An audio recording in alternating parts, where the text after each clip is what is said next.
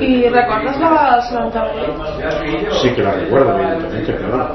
Sí que la recuerdo, que bueno, pues una movilización muy complicada, una movilización, pues bueno, costó mucho llevarla a cabo, etcétera, y con muchísimos inconvenientes, estábamos en una situación aún de falta de libertad, etcétera, pero que bueno, que fuimos capaces al final de poder llevarla a cabo, de realizarla, y la participación prácticamente casi total de todos los trabajadores.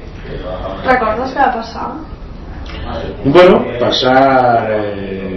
hubo pues todo un control de vigilancia policial, incluso todavía la policía pues intervenía vestida de paisano, que se llamaba entonces la policía social, etcétera.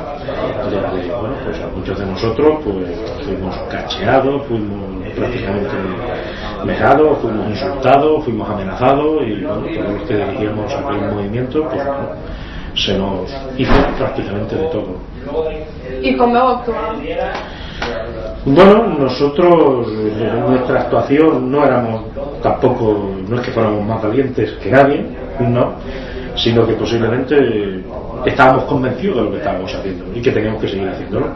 Entonces nuestro convencimiento, nuestra firmeza, nuestras ideas y nuestra razón es lo que nos mantenía de pie para seguir aguantando pues todo lo que ocurriese y seguir defendiendo a los trabajadores. Y por lo tanto, como el razonamiento era nuestro, esto implicaba que lo demás, sin ser valientes evidentemente, porque somos personas como cualquier otra, pues bueno, la amenaza de todas las situaciones que recibíamos, sobre todo de la policía vestida de paisano, etcétera, etcétera, pues bueno, pues que la lleváramos como mejor podíamos llevarla, pero actuando desde el convencimiento propio y de nuestra firmeza en la defensa de los trabajadores.